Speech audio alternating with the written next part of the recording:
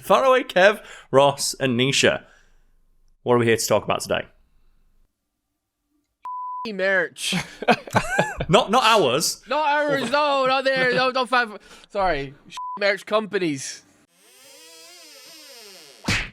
So first things first, I should introduce Kev and Ross because we've collaborated in the past, but I don't think you've ever been on camera, at least not on the Fiend channel. So would you like to just tell the audience at home who you are, what you do, and how this conversation came to be in less than 50 words? We play League of Legends. We make clothes. You make clothes with us. You didn't have to stick to the 50 words. I just thought that'd be funny. So Ross, you are a fellow content creator making League of Legends content, yes? And you've been doing it, what? You said 10 years now, is it? This channel, is like 10 years old in August.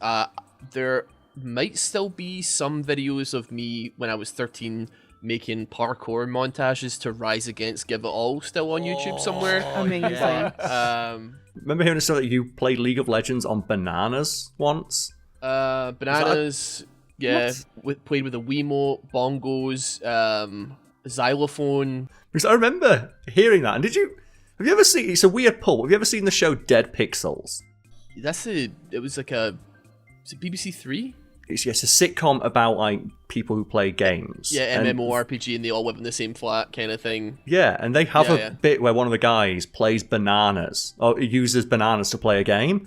That might have been based on you then, because I remember seeing that episode and then hearing that story about you and went, did they just rip off something from your life for a TV show and then not credit you? You are the owner and creator, founder of Saikou, and I can't pronounce this second word, so Saikou Apparel. Yes, No, sorry. not I kept apparel. saying apparel, and loads of people called me out on that. We call it that in the office now.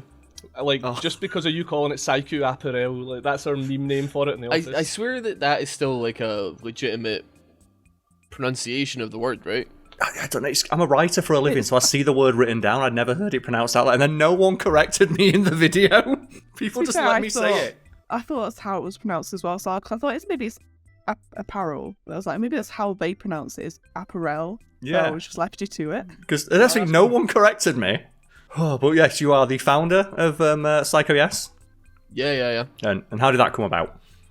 I had a pretty bad string of luck with clothing and merch companies in the past, and I was sick to bastard death of it. I didn't know how. To be quite honest, it was a bit of a mess starting it up, but I just wanted to figure out a way of making it locally and for cheaper and getting a better cut, and also being more involved in the process. And yeah, sounds very similar like the Bender thing of like, I'll just make my own. Yeah. It's like, Blackjack I'll make my and own hookers. clothing company with a higher rate of returns and cooler artwork. No, it was infinitely more complicated than I had any notion. I got an adult to help me. I mean, that in itself's a funny story. Like at the time I was managing, I still do. I still own and manage like a local card store. And Ross came to me and he was like, "Yo, I want to start up a business. Can you help me?" So I was like, "Yeah, sure. Like, let's find some time to do it." And we sat down, we done the 5-year plan, we done a budget. Like, I helped him establish a limited company. 2 weeks later, he was like, "Yo, man, I don't want to manage a limited company. Do you want to manage my limited company?" I was like, "All right." And that's three years gone now. Yeah, and like I love stories like that, and like the story behind Fiend and Big Wangers is a little more simple than that. It's just I got told by my friend who happens to be an accountant, "Hey, set up a limited company, or if you get sued, you get sued." And I'm like, I don't want to get sued. Exactly, the company gets sued. And then I started that Big Wangers Incorporated Limited. It's how you get paid, Nisha. Yes, you can confirm. Yep. Your paychecks all come from. Like on my bank it says Big Wangers. And it's just interesting to meet another content creator who's like gone on and done that, and just done it yourself, built it all from the ground up with your own two hands. And as you mentioned, like you started Saikou just partly out of spite, which I do respect, but that's actually come full circle as of last week, hasn't it? Because I'm not sure if we can directly. I mentioned getting sued. One of the issues that can happen is by directly calling out other companies. But I guess this story does concern that company. This is how not to do business. So that company was Fanfiber, yes? Yes, allegedly. I'm going to be using that word quite a lot. So yeah, but it's like the magic word. Yeah, it's like Doctor Strange in just like to not get sued. If you say allegedly, it's fine. But yeah, that's a company you'd work with, had a poor experience with, did not care for their customer service, just the way they were handling things, and started your own company. Yeah, the final straw was when I went on my merch store and they were selling baby onesies with my like designs on them. That's the final straw. The Kids are baby- not allowed. Not baby onesies. Not for kids, okay? No, there was like a bunch of stuff. It was just like mugs and all this other random crap that was on there, and a baby onesie. And I was like, why is this shit here? It's just, no, it's not the baby onesie itself. It's just a wider symptom of them not, like, respecting your autonomy and, like, wishes as a creator. It's just a bad sign that I don't want to do this thing, but we're going to do it, though, because we want to make a profit off of your intellectual property, like your idea, your brand that you've built up. It was kind of like on Redbubble, when you type in Fiend, there's so many, like, rip-off designs. They're really funny. Yeah, did I ever... so shit. Did I tell you my idea I was going to do before, like, we worked with Saikou? I was going to screenshot all of the fake merch of Fiend and put on an official t-shirt and sell that, just to see if they'd be willing to, like, send me a takedown notice. Okay, so I'm not familiar with Fanfiber, so I know as well, people watching this, if they go Google them, you're not going to be able to find anything about them as you're about to find out. So just, like, brief overview of what it is they did and, like, what it is you didn't like about what they did. So they were basically just like a bunch of salesmen who would cold call or cold email big list of YouTubers, go down the list and be like, hey, you either don't have merch or you look like you need merch or your current merch or whatever isn't suitable. We make this print on demand stuff and come join us. And that was it. And it was like super easy as hell to get it all made and all that stuff, and it was the convenience that was presumably the number one thing about it all. So Yes. like obviously they had like a decent roster of talent as well. Like they were bragging and their farewell tweet where they're like, we're done. They're like, we worked with PewDiePie, we worked with Markiplier, we worked with all these people. It's like, I've seen the people that, like, PewDiePie's worked with. He's worked with fucking everybody. It's like, it's not really the brag they think it is of, like, the biggest YouTuber on the planet who's, like, basically sold everything imaginable. So say, that reminds me somewhat of when I started my YouTube. I was approached by, I don't know what they're called now, those companies who want to manage you. What's the name of those again? Like The brand networks. management companies, I guess. I kept getting reached out to by them of like, hey, let us handle your YouTube channel. Like, we'll put you on our, like, our channel network, more multi-channel network. That's it. That's the one. Oh, MCN, yeah, Yes. yeah. And I repeatedly turned all those down. I remember once where I got an email from the aforementioned Simon Whistler, where I just put a tweet out saying, oh, I got approached by these guys. He sent me a message like, do not work with them. I got in a bunch of drama that ended up with allegedly the FBI being involved, and I had to sign a contract that had me liable for $100,000 in damages. But hold on, they're bankrupt, so I think I can talk about it now. Can a company sue you if their administration are gone bankrupt? I have no idea. Neither do I, but yeah, that it reminds me a little bit of that because of the horror stories I've heard. And it's like, Nisha, you might be able to speak to this. Are you a fan of Smosh and stuff? Yes, that's what happened to those, isn't it? Yeah. They signed with a multi-channel network who basically just crashed their brand into the ground. Like, yeah, and then that's why Anthony left. Because it wasn't him and Ian. It wasn't just him and Ian, and it wasn't their ideas anymore. So he left and started doing his own thing. yeah, it Which was is a good committee. for him.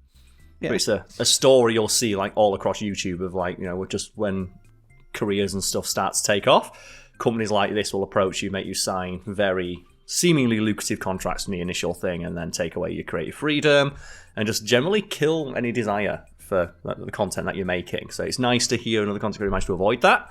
And it's why I think, our two brands have, worked so well together, because we just two guys that were just like, fuck this, I'm going to do it on my own. Yeah. I mean, I don't think you managed to avoid it. I didn't manage to avoid it, no. You just managed to fight your way out of it. Just clawing your way out. This was like 8 years ago. My channel was like less than 50,000 subscribers. They had me in a deal where they were taking like 70% and I was taking 30%. And I was like, hey, can I please get slightly more than nothing? The difference was about $40, okay? But it's your $40, it's the principle. It is, Yeah. true. And I made that very clear. I said to the guy who was like, no, you signed a contract, I said, I will make this worth way less than $40. Like, I'm gonna be such a pain in your ass. You're gonna be like, God, I wish we gave this man $40 to fuck off.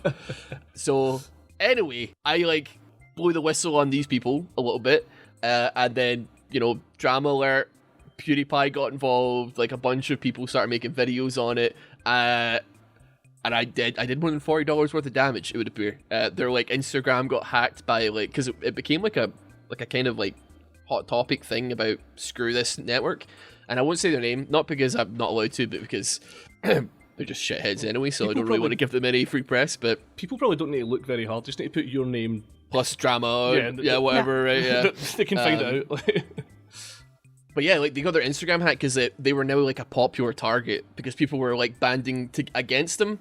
And then I had a man on the inside who like worked at the network, and he was like, "Bro, they're having like daily meetings about how to deal with you, about you." Like, yeah, like not like to the point where it's not quite on a whiteboard, but they're like, under no circumstances interact or engage this man because he will leak every single thing that you say onto Twitter and like shout about it. And like because he got hacked on Twitter, like they were talking about bringing the FBI in for like domestic terrorism investigation. And I was like, bro, I am like 20 years old and it's like Christmas Eve and I'm in my bedroom, like, bro, what the fuck is going on, man? Yeah, I'm just trying to play some League, and we've had not as dramatic a thing, but right now our How Not to Do Business series, like, because one of the things I've never really signed many contracts except for generally with individuals or smaller companies like yourself who like individually own, where I can speak directly to the person in charge. And some of the ones we've interacted with, like Raid Shadow Legends, because I remember when we had like the Dark Incident, Nisha, the established titles thing, I remember just going back and watching the How Not to Do Business we did on Raid Shadow Legends, where I read through the contract again, because I still have it, I never signed it, so I'm free to share it because they sent it to me publicly. I double check with a lawyer friend of mine that if you get sent something in an email, even if it says that thing at the bottom of confidential, do not share, that's bullshit. Yeah, that's not enforceable. They sent it to you, and if they sent it to you, it's like, it's your prerogative to do with it as you wish. And one of the things that I remember reading in that contract is that they give people who sponsor them high-level accounts that have a increased odds of getting rare drops. So when they're doing like those videos, like everyone's seen a Raid Shadow Legends plug, when people are doing those plugs and they're getting their oh look, here's all the high-level drops, look at all these gems, that is artificially inflated odds that they create just for those player accounts. And I remember after the established titles things happened, clicking on a random YouTube video and they were sponsored by Raid Shadow Legends. People are really, really like, taking this whole advertiser controversy really seriously, because they're really starting to think all these content creators who got mad about this and like dropped established titles for not being ethical are really thinking about the kind of people they work with when they're doing this Raid Shadow Legends plug. Yeah, it's a shame we had to stop doing that, because we were having so much fun doing like different transitions for each plug, because we had to do like the same plug in every video, and we had to do it in a lot of videos. So like me, Brad Lucas tried to do variations of creative plugs like intros and outros. Now we were having fun with that, but then mostly we had to stop for obvious reason. Yeah. What did Fanfiber do? It's a good question. Well, they shit the bed, apparently. So here's the thing. I think that, and this is gonna sound like okay, I'm gonna get my fucking tinfoil hat on here. Do it. I think that make-on-demand companies have completely, utterly fucked the entire industry for themselves. They have spent so long. They spent the last like half a decade trying to undercut each other and be the most convenient service, that the margins on what they make are so razor thin that they cannot hope to actually sustain themselves in any capacity. So like all these companies, they're like, yeah, we ship like 1 million units a month. And then it's like, cool, what's the margins on that? Yeah, about like 50 cents a piece. And we have a staff of like 4,000 people. Oh yeah, let's go. It's horrible. Make-on-demand stuff is ass. It just like doesn't feel good. It smells like vinegar for some reason. I never understood why that is. I get that. I think we still have a Redbubble store, and like when we get merch from there, I think it's because some of the more complicated designs we can't replicate. We thought we'll keep them on there. People who maybe want to get them, but we don't advertise as much. They always did have that weird vinegary smell. What is that? It's not. It's because the print isn't curing properly, right? So Yeah, but without getting too print technical, when the way these print-on-demand companies work is they're always going to do a direct-to-garment print. They're not going to screen print, they're not going to do vinyl print, because the fastest way to print anything is to treat the fabric and then basically run it through an inkjet printer. But to run it through the inkjet printer, you can't have fabric or it'll just bleed. So you have to treat it with a chemical that will basically turn it into like a stiffer thing for it to print on. Mm-hmm. And then basically, since they're doing such a demand, it's coming out the printer and it's going straight in the bag, so they're not letting the chemicals in the ink and things cure. So I've always wondered that, yeah. Like, merch is like a really, really great thing, but when your merch is like dog shit, it doesn't make you excited to talk about it. Yeah. Which means that people aren't excited to get it. And also, like, with like the make on demand stuff, like the quality just isn't good. It's just not exciting.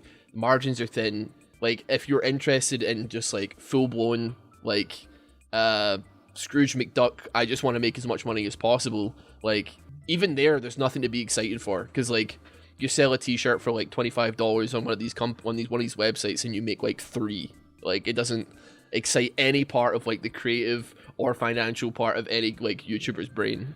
It's thankless as well. Like when somebody buys a t-shirt off of like Redbubble or something, they're like, hey, look, I got one of your t-shirts. You're like, alright, but when it's something that, like, when you've made something with Saikou, like, we've spent months designing it, and then we've had to send it to our printers, wait for it to arrive, and then we're packing it, or then when the folk get it and they're wearing it, you're like, oh my god, that was 3 months of lead up to put that in your hands, and you kiss every t-shirt before you put it in the envelope. Like, YouTuber merch is like a meme. People expect it to be terrible, but it doesn't have to be. That was part of your thing with Saikou as well, is like, because you knew if you called it RossBoomSocks merch, people would just be like, it's garbage. Yeah. So giving it a See, that's what we do with Fanfiber. We won't expect that. We've made our brand professionally unprofessional. We can get away with it. Fiend is not an individual. No. That's a difference. Yeah. Like, RossBoomSocks is an individual. But in regards to like Fanfiber and collapsing then, so you told me about this, of like they just stopped working one day, which is not a thing I thought companies were allowed to do when they have so many clients. I didn't realise you could just stop operating and be like, that's fine. Yeah, people just started tweeting YouTubers being like, hey, your merch link in all your videos is just sending me to a Shopify page that tells me you're 1 step away from setting up your domain. That's bad. Even our website works. Yeah, they sent out a tweet like a week later after they'd already shut down every single page. Always a good sign. And we're like, we're sorry. Like a Windows 10. We can't pay anyone. It makes you wonder, though, if it was just the creators that got screwed. Like, do you think everyone showed up for work on the Monday and the doors were just locked, and that was it? I got into an argument with the CEO of Fanfiber, and that was it, man. That was it. We're hashing it out in emails, because I tried to use my customer service hack that is forbidden knowledge that should not be utilized under any circumstances. It's like literally the life hack to end all life hacks if you want to get like a fucking customer service email back like that. Just mention the word litigation. Yeah, no, I tried that one because I was like, hey, I'm starting a merch company. Can you like take my thing down? And the guy was like, hey, no. And I was like, but you should though. And he was like, well, I could, but if you're gonna be like that, then no. And I was like, listen, bro, like, are we having this conversation? Come on, man. There was a quote on our website that was like, Ross had bad experiences with merch companies in the past and he wanted to do his own thing. And then he like sent me that quote in an email and was like, if you remove this from the website, we'll talk about it. Oh, and I was like, no. And I was like, listen, man, I've been on YouTube for like fucking 7 years. I was like, it's kind of bold of you to assume you're the first person I've ever worked with. But I said, but if it resonates with you and your company, that's not my fault. Yeah. And then he was like, okay, fair enough. But we're going to take you off the website. We're going to take you off Fanfiber. And I was like, thank you. Appreciate it. Fanfiber put out the tweet and they were just like, we still owe some money. We can't pay it. But it's not, we promise you, it's not a lot of money. And it's like, source, dude, just trust me. That's like the citation at the bottom. They said in their farewell tweet as well, we've worked with PewDiePie. We've worked with some of the biggest people in the world. We can't pay you, by the way. Thank you so much for, there's no money left. Thank you so much for all the support. We've shipped tens of millions of garments. We have nothing left. And we just, thanks for all the memories. And that was like their farewell message. But yeah, Nisha, any thoughts? Because this is a story that you're kind of familiar with. Like, how just hearing these details, what are your thoughts? Like you said, I didn't think a company could just up and do that. It's quite scary to think, like, if you've got a job and you've got, this revenue coming in and it just disappears, it's like, well, shit, because if you're relying on, like, income and it's to pay bills and stuff, it's just, like, panic, like, and it's so shady and so shitty. And obviously the fact that they're saying, it's not a lot of money that we owe. If they have to say that, and it clearly is. I did some work, this was in 2017. I did some photography work for someone who was like a boyfriend of one of my best friends at the time. Mistake. Never and work he still hasn't paid me. He still hasn't paid me. But then, like, a few years later, he was asking my friend, they weren't together at this point, if I was interested in doing some work for him. And I was like, why would I do work for him when he couldn't pay me? Well, it was 50 quid. That's all it was. And I was like, if he can't pay me 50 quid, why does he think I'm going to work for him? Well, part of the reason we're making this video is just, that's a funny story. It's a weird story as well. The fact, like, this business just took everything, and it's like, no, we don't. But you mentioned you own a merch store, and yours, like, you're here. There's a face to it. People can trust that face. It's a very trustworthy set of faces I can see there. Do you agree, Nisha? Yes, definitely. So I know you said you hate self-promotion. But would you like to maybe just give a little pitch? If there are any content creators out there who perhaps have been affected by this or want to dip their toes into the world of merch production, Yeah. I'm not like a salesman by any stretch of the imagination. But if you're somebody out there who makes content and you have an idea for a piece of like gear or clothing that you want to make, it can be crazy. It can be like something that you don't think was ever possible before in previous merch companies. Like, speak to us. We don't want to make on-demand garbage. We want to make good shit that you can be proud to promote and proud to say that you were a part of the creative process and making the whole thing. And we can walk you through that entire process from, even if people have sent us like fucking MS Paints and we've turned it into cool ass concepts. Like, even if you have an idea in your head or you can write it down in text, like, we can take you on that journey and like make you part of the fucking process. All we want to do is make cool shit, and I'm sick of this make on demand bullshit.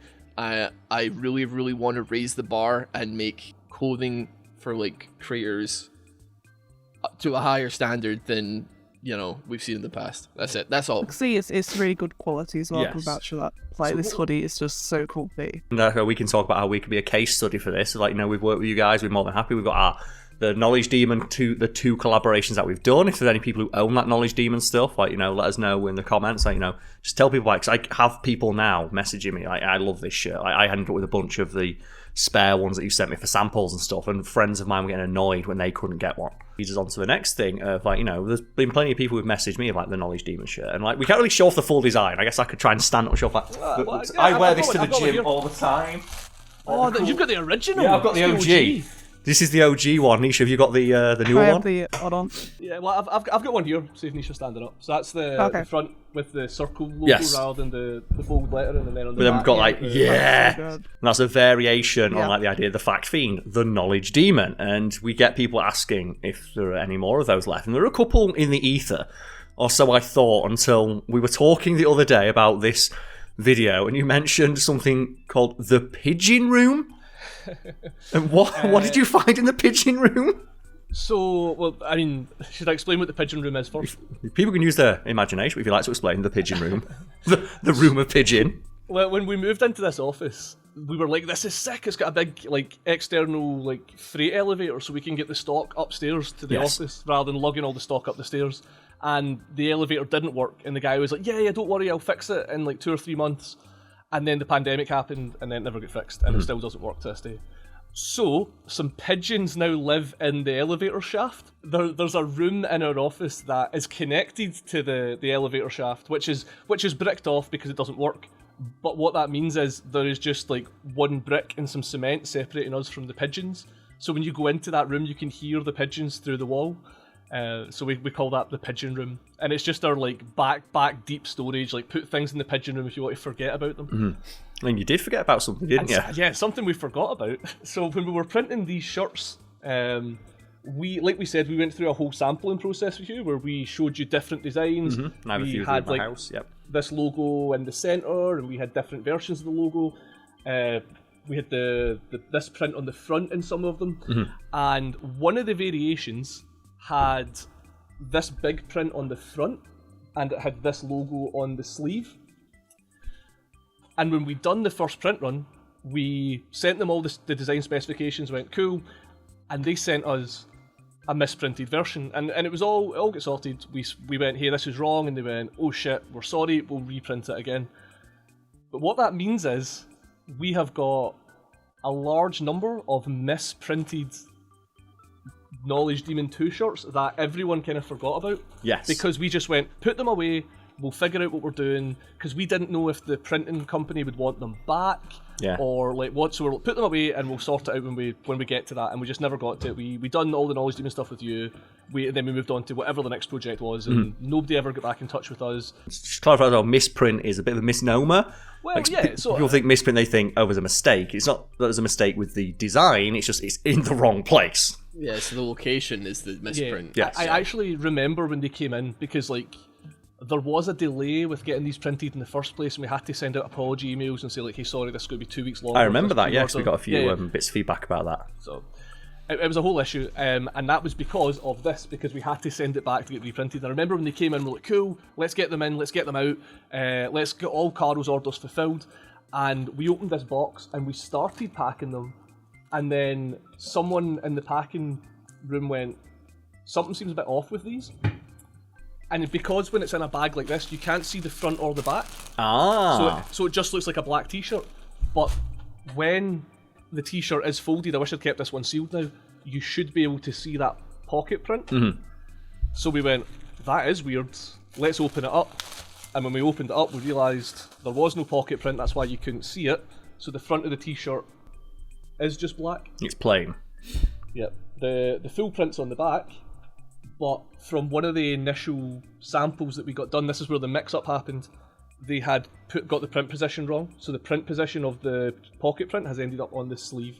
So that was why that whole production thing got delayed by 2 weeks, because this is what arrived and this wasn't what people ordered. And if people do out there think it's cool, because we've now realised we have like 400 of these things, like, and I think I've said before, this is the final opportunity to get one. So this is the final opportunity. So if anyone would like to get them, if you watch this entire thing and you're like, you're not interested in the story, or you're not like, a YouTuber or a content creator who wants to work with Saikou to help create a merch, but you are interested in getting a Knowledge Demon 2.0 t-shirt, I guess 3.0, if I can call it, there will be a link below where you can go get the last one. We need to still figure that out behind the scenes, but they'll be able to click a link of some kind, yes, and purchase one if there's any left.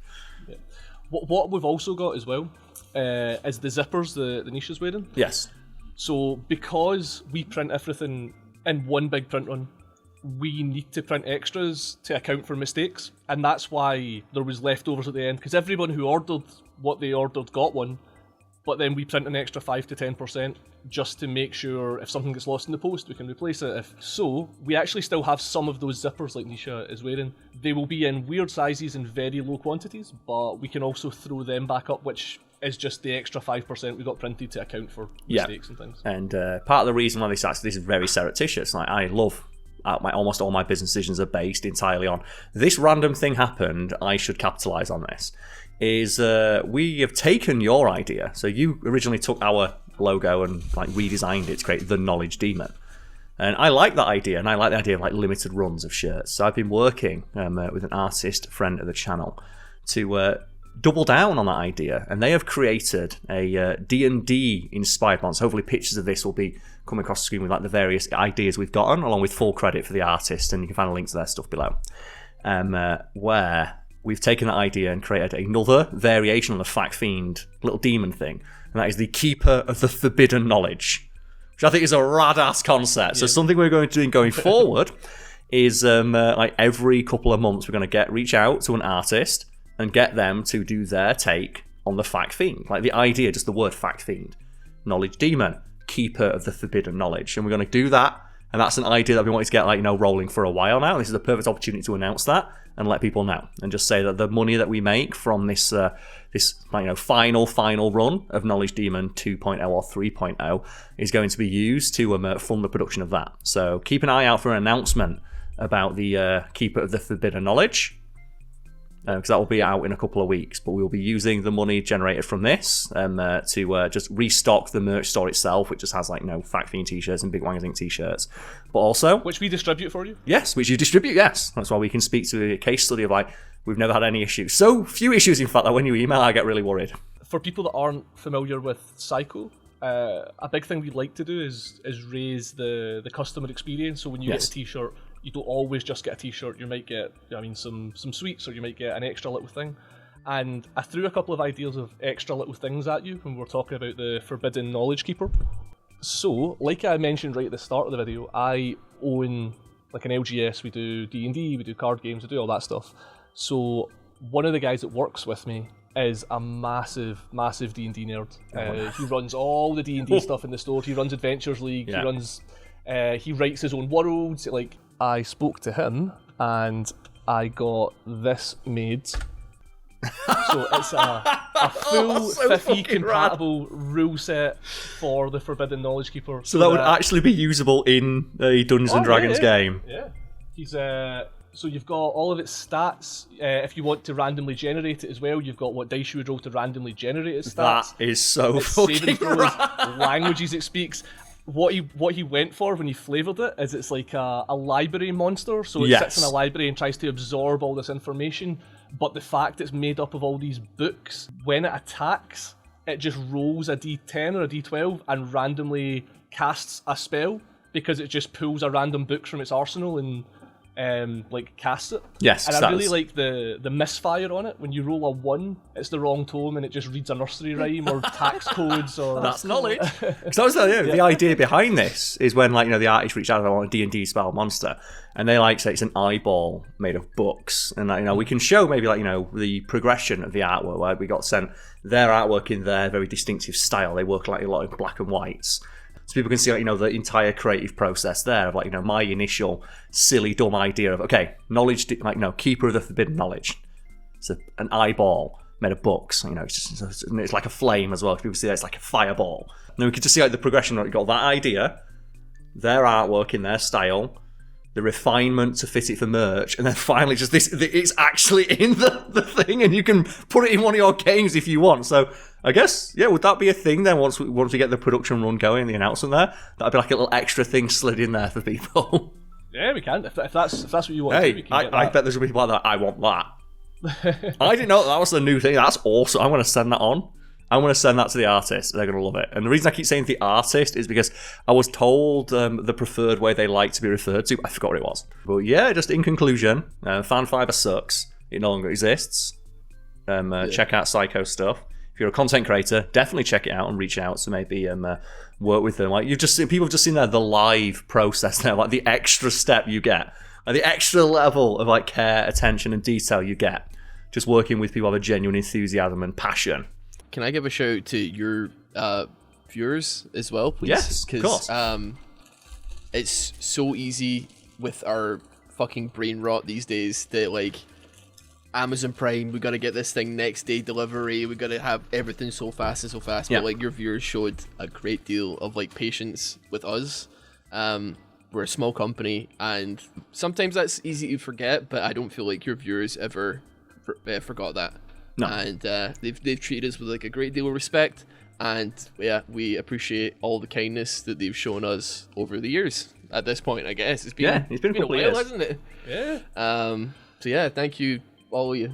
Thank you. Appreciate it. That's nice. So there's a lot of things being plugged and mentioned here. So just if anything we've talked about today is of interest, there's going to be countless links below that I hope people can check out. But thank you to everyone for tuning in, and look forward to the Keeper of the Forbidden Knowledge.